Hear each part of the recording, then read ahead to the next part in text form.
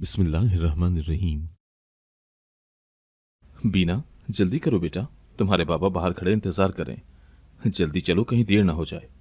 मैं bag pack करने के बाद अपनी चादर ओढ़ रही थी जब अम्मा की आवाज़ सुनकर मैं उनकी तरफ पलटी और मुस्कुराकर उनके करीब चली आई। चश्म बदूर, बहुत प्यारी लग रही है मेरी बेटी। अम्मा ने मेरी पेशानी चूम कर कहा तो मैं मुस्कुराकर उनके गले से लग गई। तेरे अब्बा बहुत मेहनत कर रहे हैं तेरे लिए, ताकि तू अपना ख्वाब पूरा कर सके, पढ़ लिख कर डॉक्टर बन सके। ये सब उन्होंने तेरी ख्वाहिश और खुशी के लिए ही किया है, वरना तू जानती है कि हमारी इतनी हैसियत कहाँ कि इतने पैसे लगाकर तुझे डॉक्टर बना सके। अम्मा ने समझाने वाले अंदाज में कहा तो मैं सर हिलाकर रह गई। ये बात तो वाकई सच थी। मुझे डॉक्टर बनना था और ये मेरा बचपन का ख्वाब था, जिसे पूरा करने के लिए अब्बा ने कुछ ज़मीन बेच दी थी ताकि मेरी पढ़ाई के लिए वो पैसे काम आए। वो तुझ पर बड़ा भरोसा करके तुझे शहर भेज रहे हैं। तू दिल लगाकर पढ़ना और ऐसा कोई काम न करना जिनसे हमारी इज्जत पर हर्फ आए या हमारी बदनामी हो। अपने काम से काम रखना और ज़्यादा दोस्तियां भी मत पालना। अम्मा ने दबे लफ्ज़ों में मुझे जो कुछ समझाना चाहा था मैं वो अच्छी तरह समझ गई थी। इतनी नासमझ मैं बिल्कुल भी नहीं थी। आप फिक्र मत करें अम्मा, मैं ऐसा कोई काम नहीं करूंगी जिससे आप लोगों का सर झुके, बल्कि इंशाअल्लाह आपका नाम रोशन करूंगी और कभी आपका मान और भरोसा नहीं तोड़ूंगी। आपको अपनी बेटी पर फख्र होगा एक दिन। मैंने पूरे मान और भरोसे से कहा तो वो सर हिला गई और फिर मुझे लेकर बाहर आ गई और ढेर सारी हिदायतें लेकर अपने अब्बा के साथ टैक्सी में बैठ गई, जो ड्राइवर को पता समझा रहे थे उस हॉस्टल का जहां हमें जाना था। तकरीबन 2 घंटे बाद हम लोग एक 3 मंजिला इमारत के सामने पहुंचे और टैक्सी से उतरकर सामान नीचे उतारा। अब्बा ने टैक्सी वाले को किराया अदा किया और फिर हम हॉस्टल के अंदर की जाने पड़े। वहां जाकर अब्बा मेरी वार्डन से मिले, सारी बातचीत की और फिर उन्होंने मुझे कमरे की चाबी दे दी। वहां सब कुछ तय करने के बाद मैं अपना सामान हॉस्टल के कमरे में रखकर नीचे अब्बा के पास आई, जो जाने के लिए तैयार खड़े थे। तुम हमारी इज्जत हो और मुझे यकीन है कि तुम हमारी इज्जत पर आंच नहीं आने दोगी, ना ही कोई ऐसा काम करोगी जिससे तुम्हारे घर वालों को सर झुके। अब्बा ने संजीदगी से कहा तो मैं सर हिलाकर अब्बा के गले लग गई।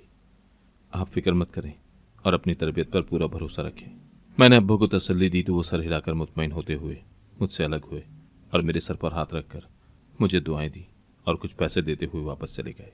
ये मेरा उस महीने का जेब खर्च था, जिसे लेकर मैं वापस अपने कमरे में आ गई, जहां 2 सिंगल बेड रखे गए थे। एक बड़ी सी अलमारी थी जिसमें 2 बड़े बड़े खाने थे। मेरे अलावा उस कमरे में एक और लड़की रहती थी। इस बात का अंदाज़ा मुझे वहां सामान देखकर हुआ था। कुछ देर तक मैंने आराम किया और फिर अपना सामान सेट किया। अभी मैं सामान सेट करके बैठी ही थी जब दरवाज़ा खुला और एक खुश शक्ल सी लड़की अंदर दाखिल हुई। वो मुझसे बड़ी गर्मजोशी से मिली थी। उसका नाम फरवा था, जिससे जल्दी मेरी दोस्ती हो गई, क्योंकि वो भी मेरी ही क्लास में थी। वो भी किसी गांव से लाहौर में पढ़ने आई थी, मेरी तरह ही। कुछ देर तक हम एक दूसरे से तारुफ वगैरह हासिल करते रहे और फिर आराम करने के लिए लेट गए, क्योंकि कल से हमें यूनिवर्सिटी ज्वाइन करनी थी। ये कमरा हम दोनों को ही दिया गया था और हमारे अलावा मजीद कोई और लड़की इस कमरे में नहीं आने वाली थी, जिस पर मैं खुश थी कि मुझे हुजूम वैसे ही पसंद नहीं था। यूनिवर्सिटी और उसके पहले दिन का सोचते सोचते मैं पुरजोश से होकर जल्द ही नींद की वादियों में उतर गई थी। जिंदगी कभी कभी हमें ऐसे मोड़ पर ले आती है जब हमें लगता है कि बस जिंदगी यहीं तक थी और आगे अब जिंदगी खत्म हो गई, मगर ऐसा होता नहीं है, बल्कि वहीं से जिंदगी नए सिरे से शुरू होती है, आजमाइश और इम्तहानों के साथ। और मेरे साथ भी कुछ इसी तरह हुआ था, लेकिन मुझ पर ऐसी आजमाइश आई थी कि मेरा दिमाग सुन होकर रह गया था। समझ नहीं आता था कि अब मैं क्या करूंगी या आगे क्या होगा। मैं पढ़ने के लिए लाहौर आ गई थी, क्योंकि मुझे डॉक्टर बनना था। गांव में मैट्रिक तक ही स्कूल था। एफएससी का दाखिला भी मैंने शहर से भेजा था, मगर मैं रोज़ रोज़ शहर आ जा नहीं सकती थी। तभी कॉलेज की इंतज़ामिया से बात करके मैंने घर पर ही रहकर 2 साल तैयारी की थी और फिर पेपर दिए थे, जिनमें मुझे बहुत अच्छे नंबर मिले थे कि एक मेडिकल यूनिवर्सिटी में मेरा एडमिशन हो गया था। मुझसे बड़े 2 भाई और एक बहन थी। तीनों बहन भाई शादीशुदा और बाल बच्चों वाले थे। एक मैं ही रह गई थी, क्योंकि अभी मैं फ़कत 19 साल की थी और अभी पढ़ रही थी। मेरी मंगनी मेरे खालाजाद ताहिर के साथ हो चुकी थी, जो मेरी खाला का बेटा था और उसी गांव में रहता था। उसने एफए कर रखा था और अपनी ज़मीनें वगैरह संभालता था, क्योंकि 2 बहनों का इकलौता भाई था। मेरी खाला कई साल पहले बच्चे की पैदाइश के वक्त बच्चे समेत इंतकाल कर गई थी। मुझे डॉक्टर तो बनना था, मगर हमारी इतनी हैसियत नहीं थी कि हम लोग इतने पैसे अफोर्ड कर सकते। कि मैं डॉक्टर की तालीम हासिल कर पाती, लेकिन मुझे डॉक्टर बनने का बेहद शौक था। डॉक्टर बनना मेरे बचपन का ख्वाब था। मैं डॉक्टर बनकर अपने गांव में अस्पताल खोलना चाहती थी, क्योंकि गांव में कोई भी अस्पताल मौजूद नहीं था। बस एक छोटा सा क्लिनिक था जहां पर बैठा डॉक्टर सबका इलाज करता। लेकिन कई लोग बड़ी बीमारियों का शिकार होकर बर वक्त शहर के अस्पताल ना पहुंच पाने की वजह से जान की बाजी हार जाते। कई औरतें जचकी के दौरान ही बच्चे समेत मर जाती थी, क्योंकि शहर काफ़ी दूर था और गांव में इमरजेंसी इलाज करने के लिए कोई आला तालीम याफ्ता डॉक्टर नहीं था। गांव के चौधरी, जो गांव के सरपंच भी थे, सब कुछ जानते थे, लेकिन अभी तक ना ही उन्होंने गांव में कोई अस्पताल बनाने की कोशिश की थी, ना ही कोई कॉलेज बनाने की। मैं बचपन से ही ये सब देखती आ रही थी। कई बार मैंने अपनी आंखों के सामने कई औरतों और बच्चों को दम तोड़ते हुए देखा था, सिर्फ इसी वजह से कि ना ही यहाँ कोई अस्पताल था, ना ही कोई मुस्तनद डॉक्टर। मेरी अपनी खाला भी यूं ही जचकी की हालत में फौत हो गई थी, जिसकी शादी मेरे चचा से हुई थी। रात के पहर उनको दर्द उठा, मगर गांव में कोई अस्पताल नहीं था, जिसकी वजह से उन्हें शहर लेकर जाना पड़ा। मगर शहर 2 घंटे की मुसाफत पर था और वो बीच रास्ते में ही दम तोड़ गई थी। तब मेरा इरादा मजीद मजबूत हो गया था कि मुझे डॉक्टर हर हाल में बनना है। तभी मैंने दिल लगाकर पढ़ना शुरू कर दिया था। लायक में बचपन से ही थी, तभी मुझसे कभी किसी को शिकायत नहीं हुई। जहां आम लड़कियों को सजने संवरने का शौक होता, वहीं मुझे पढ़ने का जुनून था। और फिर यूं मैंने एफएससी भी आला नंबरों से पास कर ली, मगर कोई मुझे शहर जाने नहीं देना चाहता था। कुछ गांव का माहौल और कुछ घर की सख्ती कि लड़कियों का इतना पढ़ना ही काफ़ी होता है। अब्बा नहीं मानते थे और ना ही भाई। बहन अपने ससुराल में होती थी और अम्मा का किसी पर बस नहीं चलता था, जिस पर मैंने एक दिन छुपते छुपाते ताहिर के खेतों में पहुंच गई। मैं उससे काफ़ी बेतकल्लुफ थी, तभी डर नहीं लगा, और ताहिर के पूछने पर मैंने अपनी फरमाइश उसके सामने रखी, जिस पर वो कुछ मुतामिल हुआ, मगर फिर मेरे मिन्नतें करने पर मान गया कि वो मुझसे बहुत मोहब्बत करता था और मेरी कोई बात नहीं टालता था। और यूं फिर उसने बाबा और भाइयों से बात की और अपनी जमानत पर मुझे लाहौर शहर पढ़ने के लिए भेज दिया, जिस पर मेरे दिल में उसके लिए मान और मोहब्बत मजीद बढ़ गई थी। मैंने दिल में मजीद अहद किया था कि मैं ऐसा कोई काम नहीं करूंगी जिससे मेरे घर वालों का सर झुके या ताहिर का मान टूटे। लाहौर आने के बाद मेरी रिहाइश गर्ल्स हॉस्टल में ही थी। फॉरवा एक अपर मिडिल क्लास फैमिली से ताल्लुक़ रखती थी और काफ़ी अमीर थी। मेरी तरह उसे सोच सोच कर पैसे खर्च करने नहीं पड़ते थे, बल्कि वो मनमौजी सी लड़की थी जो वही करती थी जो उसका दिल चाहता था। मुझे लाहौर आकर गर्ल्स हॉस्टल में रहते हुए 1 महीना हो चुका था। उस 1 महीने में मैं फरवा के साथ मिलकर पूरी यूनिवर्सिटी घूम चुकी थी, जो बेहद बड़ी और खूबसूरत थी। फरवा और मैं यूनिवर्सिटी में साथ ही होती थी, जबकि यूनिवर्सिटी से आने के बाद मैं या तो आराम करती या पढ़ाई करने लगती, जबकि फरवा कभी कभार बाहर निकल जाया करती थी, जिसका मैंने कभी कुछ खास नोटिस नहीं लिया था। मेरी क्लास में मुझसे भी ज़्यादा ज़हीन लड़कियां मौजूद थीं, मगर मैं बहुत मेहनती थी, तभी अभी तक मेरा पलड़ा भारी था, जिसकी वजह से मैं सबकी नज़रों में आने लगी थी और सभी टीचर्स वक्तन फवक्तन मेरी तारीफ करने लगे थे, जिस पर मैं खुशी से फूले न समाती और मज़ीद पुरजोश होकर मेहनत करने लगती। उस 1 महीने में ताहिर 2 बार मुझसे मिलने आया था और साथ में घर से काफ़ी सामान भी मेरे लिए लाया था। हम दोनों ने बाहर ही लंच किया था और फिर वो मुझे हॉस्टल ड्रॉप करके वापस चला गया। फरवा ने उसे देखा था और मुझसे पूछा था कि वो कौन है, जिस पर मैंने बिना कुछ छुपाए उसे ताहिर के बारे में बता दिया था कि वो मेरा मंगेतर है। जिंदगी यूं ही बरकरफ्तारी से गुजर रही थी। मुझे हॉस्टल आए 1.5 महीना हो चुका था। इस 1.5 महीने में मैं अपनी पूरी क्लास से काफ़ी मानूस हो चुकी थी। लड़कियों के साथ तो मैं खासी बेतकल्लुफ थी, लेकिन लड़कों से मैं बस काम के वक्त ही बात करती थी, या ये कहना बेहतर होगा कि उनसे फासले रखते हुए अपने तौर पर मैं एहतियात बरतती थी। वो दिन भी आम से ही एक दिन था जब मैं अपने कमरे में गई, मगर ये देखकर मेरा दिल धक से रह गया। मेरे कपड़ों की गठड़ी हिल रही थी। ये धुले हुए कपड़ों की गठड़ी थी जो अभी ही धुल कर आई थी। मैं अक्सर अपने कपड़े लॉन्ड्री के लिए दे देती थी जब मेरे पास कपड़े धोने का वक्त नहीं होता था। वो गठड़ी मुसलसल हिलती जा रही थी, जिस पर मेरा खौफ भी बढ़ता जा रहा था कि न जाने उस गठड़ी में ऐसा क्या है जो ये यूं हिल रही है। मैंने आगे बढ़कर उसे खोलना चाहा तो कमरे की दूसरी लड़की फरवा ने मुझे रोक दिया, जो अभी ही कमरे में आई थी। उसने कहा कि हो सकता है इसमें बम हो, जिस पर मैं डर गई कि कहीं बम फट ना जाए, जिस पर वो कहकहा लगाकर हंसी और बोली कि वो मजाक कर रही थी। उसी ने गठड़ी को हिलाया था ताकि देख सके कि मैं हिलती हुई गठड़ी को देखकर क्या करती हूँ। उसकी बात सुनकर मेरी जान में जान आई कि उस कुछ वक्त में मैं न जाने क्या क्या उल्टा सीधा सोच चुकी थी और खुद को बेहद डरा भी चुकी थी। मैंने खफगी से उसे घूरा तो उसने शरारत से अपने कानों पर हाथ रखकर मुझसे सॉरी कहा, जिस पर मैंने भी हंसकर उसे माफ कर दिया और गठड़ी को यूं ही अलमारी में रख दिया कि अभी मैं बेहद थकी हुई थी और मुझ में बिल्कुल भी कपड़ों को इस्त्री करके अलमारी में हैंग करने की हिम्मत नहीं थी। मैं गठड़ी को अलमारी में रखने के बाद आराम करने लगी और फिर आराम करने के बाद पढ़ने के लिए बैठ गई।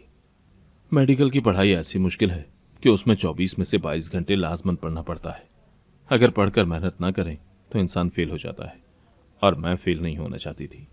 अगले 2 दिन तक मैं उस गठड़ी को भूल चुकी थी।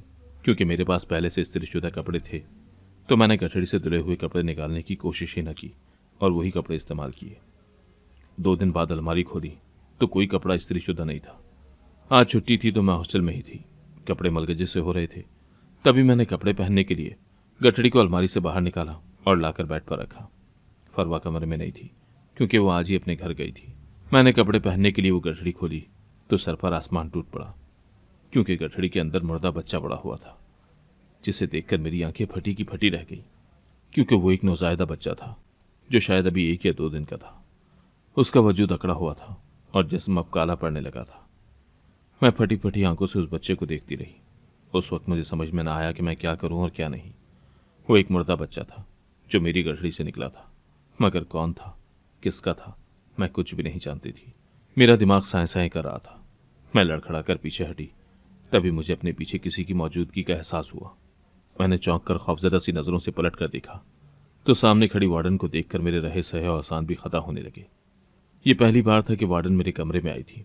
इससे पहले कभी नहीं आई थी और आज इस मौके पर आकर मेरी जान निकाल गई थी। वो तेजी से अंदर आई और गठड़ी का जायजा लेकर सख्त निगाहों से मुझे देखने लगी। किसका बच्चा है ये? वार्डन ने सख्त निगाहों से मुझे देखा तो मैंने खौफ से नफी में सर हिला दिया और कहा, मुझे नहीं पता ही किसका है। इतना कहने के साथ ही मैंने सब कुछ बता दिया कि कैसे ये गठड़ी मेरे कमरे में आई और कैसे हिली, मगर मैंने नज़रअंदाज करके उसे अलमारी में रख दिया। वार्डन ने मुझे सख्त सपाट नज़रों से देखा और कहा कि उसे मेरी बात पर यकीन नहीं, तो इस बच्चे का जो भी बाप है उसे बुलवाओ। वार्डन की बात समझकर मैं शर्म से कट कर रह गई कि वो उसे मेरा बच्चा समझ रही थी। मैंने जब बताना चाहा कि मेरा बच्चा नहीं है तो वार्डन ने यह कहकर मुझे लताड़ कर रख दिया कि मैं अपने मंगेतर के साथ घूमती फिरती रही हूं, तो ये मेरा और मेरे मंगेतर का ही बच्चा होगा। वार्डन के मुंह से मैं ये बात सुनकर हक्की बक्की रह गई और मेरा सीधा शक फरवा पर गया, क्योंकि वही एक थी जो जानती थी कि मैं ताहिर से मिली थी। फिर वार्डन को कैसे पता चला? यकीनन फरवा नहीं बताया होगा, लेकिन ये बच्चा कहाँ से आया? फरवा मेरे सामने रही थी और वो हामला नहीं थी, मैं जानती थी। तो इसका मतलब यही निकलता था कि फरवा ने जानबूझकर मुझे फंसाने की खातिर ये सब किया। मगर क्यों? मेरी तो उससे कोई दुश्मनी भी नहीं थी। मैं जितना सोचती जा रही थी उतना ही उलझती जा रही थी, मगर कोई सिरा हाथ नहीं आ रहा था। वार्डन मुझे अपने ऑफिस में ले आई थी और पुलिस को भी इत्तला कर दी थी, क्योंकि ये सीधा साधा पुलिस केस था। मैं बेतहाशा खौफजदा हो गई थी। अपनी और अपनी माँ बाप की इज्जत बचाने के लिए मैंने किसी से खास दोस्ती भी नहीं की थी, लेकिन फिर भी मेरे माँ बाप की इज्जत खतरे में पड़ चुकी थी। वार्डन ने फ़ोन करके मेरे बाबा को बुलवा लिया था और मैं ये सोच सोच कर मर रही थी कि उनका सामना किस मुंह से करूंगी। बेशक मैंने कुछ नहीं किया था, लेकिन सारे सबूत मेरे खिलाफ हो गए थे। बाबा के आने से पहले पुलिस आ चुकी थी। वार्डन ने बच्ची की लाश पुलिस के हवाले करने के साथ साथ मुझे भी पुलिस के हवाले कर दिया था कि असल मुजरिम मैं थी, जिसके कपड़ों की गठड़ी से बच्चे की लाश मिली थी। पुलिस ने मुझे लॉकअप में लाकर बंद कर दिया और बच्चे की लाश को पोस्टमार्टम के लिए भिजवा दिया था। थोड़ी देर में ही इंस्पेक्टर के साथ लेडी कांस्टेबल मेरा बयान लेने आई थी और उनको भी मैंने वही बयान दिया था जो मैंने वार्डन को दिया था, लेकिन वार्डन की तरह पुलिस ने भी यकीन नहीं किया था। लेडी कांस्टेबल को इंस्पेक्टर ने सख्ती से हिदायत की थी और खुद बाहर चला गया था, यानी अब वो मुझे मारकर जुर्म कबूल करवाने वाली थी, वो जुर्म जो मैंने किया ही नहीं था। मैंने उसके तरले मिन्नतें की कि मैंने कुछ नहीं किया, वो मेरा बच्चा नहीं है, चाहे तो मेरा चेकअप करवा ले। मेरी बात सुनकर वो कुछ पल बगौर मुझे देखती रही और फिर बाहर निकल गई। मैं वहीं बैठकर फूट फूट कर रोने लगी थी कि मैं कहाँ डॉक्टर बनने चली थी और कहाँ अब मैं जेल की हवा खा रही थी। फरवा ने ऐसा क्यों किया था अब तक मेरी समझ से बाहर था। शाम के वक्त अब्बा और ताहिर मुझसे मिलने आए तो बेहद गुस्से में थे। मैंने रोते हुए उन्हें सारी बात बता दी, जिस पर वो भी कुछ पल खामोश हो गए, मगर फिर ताहिर ने यकीन दिलाया कि वो मुझे बेगुनाह साबित कर देगा। वो मुझे तसल्ली दिलासे देकर चले गए, जबकि मैं वहीं बैठी रह गई। पूरी रात मैंने जेल में गुजारी थी। अगले दिन अब्बा और ताहिर वकील के साथ आए थे, जिन्होंने अदालती नोटिस पर 3 दिन की जमानत करवा ली थी। ताहिर और बाबा को मुझ पर यकीन था। मेरे लिए यही बहुत था। वहां से हम सीधा अस्पताल आए थे, जहां मैंने अपना चेकअप करवा कर रिपोर्ट बनवाई थी कि न ही मैं कभी हामला हुई, न ही किसी बच्चे को जन्म दिया। डॉक्टर को भी गवाही देने पर राजी कर लिया था ताकि मैं बेगुनाह साबित हो पाती। बाबा को एक पुरसुकून जगह पर छोड़कर मैं और ताहिर उस दुकान में गए थे जहां मैं लॉन्ड्री के लिए कपड़े देती थी। उनसे पूछगछ करने पर पता चला कि वो लोग लॉन्ड्री किए हुए कपड़ों की गठरी लेकर मेरे कमरे में आए थे, मगर कमरे को ताला लगा हुआ था। वो वापस जाने वाले थे जब एक लड़की उनके पास आई और कहा कि वो मेरी रूममेट है। ये कहकर उसने कपड़ों की गठरी ले ली और वापस आ गए। मैंने अपने फ़ोन से फरवा की तस्वीर दिखाई तो वो देखते ही पहचान गए और बोले कि हाँ, ये वही लड़की है जिसने कपड़ों की गठरी ली थी। हमने उन्हें भी गवाही देने के लिए राजी कर लिया था और फिर उन्हें लेकर पुलिस स्टेशन पहुंचे। इंस्पेक्टर ने उस लॉन्ड्री वाले का भी बयान लिख लिया और साथ ही हमने डॉक्टर से ली हुई रिपोर्ट भी जमा करवा दी। FIR कट चुकी थी, तभी ये केस अदालत में चलना था, लेकिन आज इतवार था तो छुट्टी थी। पुलिस की नज़रों में फरवा मशकूक हो चुकी थी क्योंकि अब सारा शक उसी पर जा रहा था। पुलिस ने तफ्तीश शुरू कर दी थी और सबसे पहले जाकर यूनिवर्सिटी से उसका एड्रेस लिया था, जिसके बाद वो उसके गांव रवाना हो गए थे। मैं ताहिर के साथ अपने बाबा के पास चली आई थी जहां वो हमारा इंतजार कर रहे थे। हमने सारी बात उनको बताई तो वो भी कुछ हद तक मुतमईन हो गए कि अब जल्द ही असल मुजरिम का पता चल जाएगा, जिसके बाद मुझ पर से हर इल्ज़ाम हट जाएगा। ताहिर और बाबा के एक दोस्त के पास रुक गए थे ताकि ये मामला ख़त्म होने के बाद ही वो लोग मुतमईन होकर घर जा सके। मैं वापस हॉस्टल चली आई थी जहां लड़कियां मुझे मशकूक सी निगाहों से देख रही थी। सभी को पता चल चुका था कि मेरे साथ क्या मामला पेश आया है और सबको यही लगता था कि मैंने वही सब किया है, वो भी वार्डन के नाक के नीचे। मैं बेहद घबराई हुई थी और दुआ कर रही थी कि फरवा जल्द ही पकड़ी जाए। अगले दिन मैं यूनिवर्सिटी गई, मगर वापसी पर बाबा लोगों के पास चली आई, जिन्होंने बताया कि पुलिस फरवा के घर गई थी, लेकिन फरवा अपने घर पर मौजूद ही नहीं थी। लेकिन एक बात जो मुझे मालूम हुई कि फरवा का गांव वही था जो ताहिर की फुप्पो का गांव था। उसकी फुप्पो अपने बाल बच्चों के साथ वहीं रहती थी, जिनकी 2 बेटियां और 2 ही बेटे थे। उनकी सबसे बड़ी बेटी ताहिर की, जबकि छोटी बेटी मेरी हम उम्र थी, लेकिन मेरा उनसे ज्यादा मिलना मिलाना नहीं था। पुलिस अब भी छानबीन कर रही थी और चूंकि शक अब फरवा पर था तो मुझे छोड़ दिया गया था, जिसके बायस मैं सुकून से अब अपनी पढ़ाई करने के लिए बाकायदगी से यूनिवर्सिटी जा रही थी। फरवा अब तक वापस नहीं आई थी और उसे गायब हुए 15 दिन हो चुके थे। जहां मैं अपने लिए परेशान थी, वहीं फरवा के घर वाले भी परेशानी से पुलिस के साथ मिलकर उसे ढूंढ रहे थे, जो ताहाल गायब थी। ये मामला तवील होता जा रहा था। तभी मेरे बाबा और ताहिर वापस गांव चले गए थे, लेकिन पुलिस से उनका मुकम्मल राब्ता था। फिर एक दिन वो हुआ जो मेरे वहम गुमान में भी नहीं था। उस दिन मैं हॉस्टल से कुछ किताबें लेने के लिए मार्केट तक गई थी, जहां मुझे फरवा मिली। वो नकाब में थी, मगर मैंने उसे पहचान लिया था। तभी उसका पीछा किया जो एक होटल में गई थी। वहां जाकर वो जिससे मिली, उसे देखकर मेरा दिमाग भग से उड़ गया था। मैंने तेजी से उनकी तस्वीरें लेकर ताहिर को सेंड कर दी थी और साथ ही थाने में भी फ़ोन कर दिया था। अगले 10 मिनट तक वो दोनों वहीं बैठी रहीं और मैं पुलिस के आने का इंतजार करती रही। मजीद 5 मिनट बाद पुलिस आई और सीधा फरवा के सर पर जा पहुंची। न सिर्फ फरवा को, बल्कि उसके साथ बैठी लड़की को भी अपने साथ लेकर गई थी।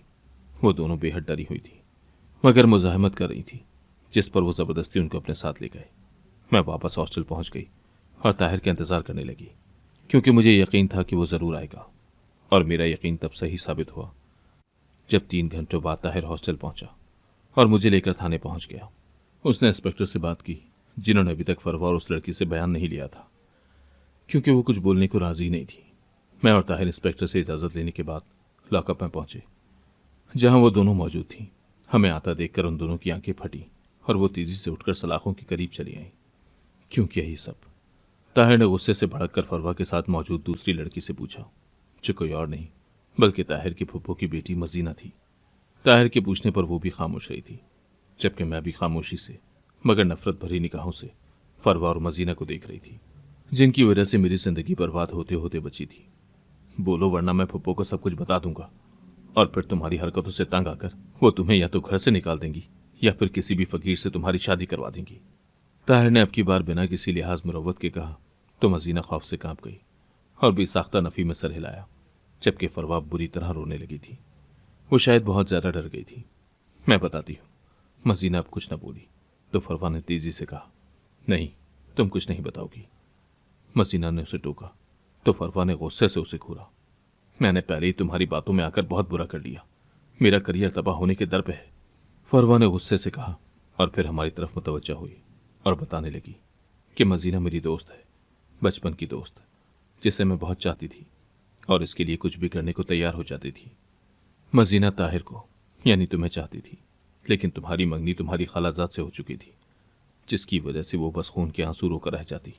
वक्त यूं ही गुजरता गया और फिर ये यहाँ पढ़ने आ गई जहां मैं भी पढ़ती थी। फरवा ने मेरी तरफ इशारा करके बताया। मजीना को मैंने बताया तो हमें एहसास हो गया कि ये तुम्हारी मंगेतर है।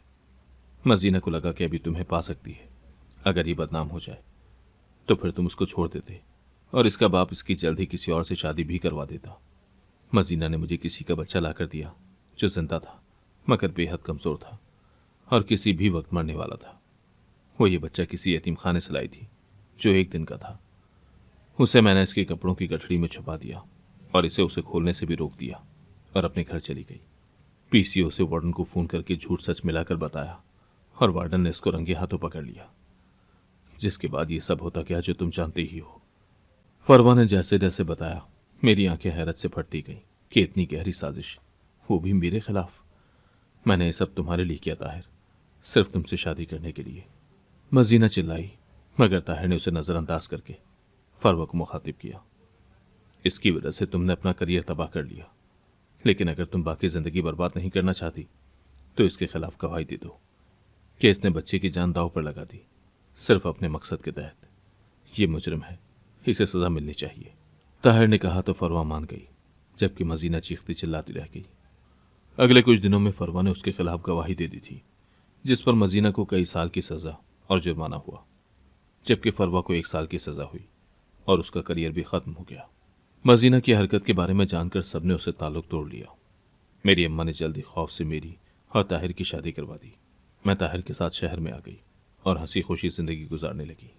5 साल बाद डॉक्टर की डिग्री लेकर मैंने हाउस जॉब मुकम्मल की और फिर ताहिर और अपनी 2 साल की बेटी के साथ अपने गांव वापस आ गई, जहां आकर 1 साल में मैंने अस्पताल बनवाया, जो वक्त गुजरने के साथ साथ तरक्की करने लगा। फरवा और मजीना ने जो मेरे साथ करने की कोशिश की उसे मैं बुरा ख्वाब समझकर भूल गई थी और अपनी जिंदगी में खुश थी, मगर यह सबक जरूर हासिल किया था कि हसद और अना इंसान को खसारों से नवाजती है। अगर आपको आज की कहानी पसंद आई है तो वीडियो को जरूर लाइक कीजिएगा और अपने दोस्तों के साथ भी शेयर कीजिएगा। और हाँ, अगर आपने अभी तक हमारा चैनल सब्सक्राइब नहीं किया तो जरूर सब्सक्राइब करें। मिलते हैं कल एक नई और दिलचस्प कहानी के साथ। अल्लाह हाफिज।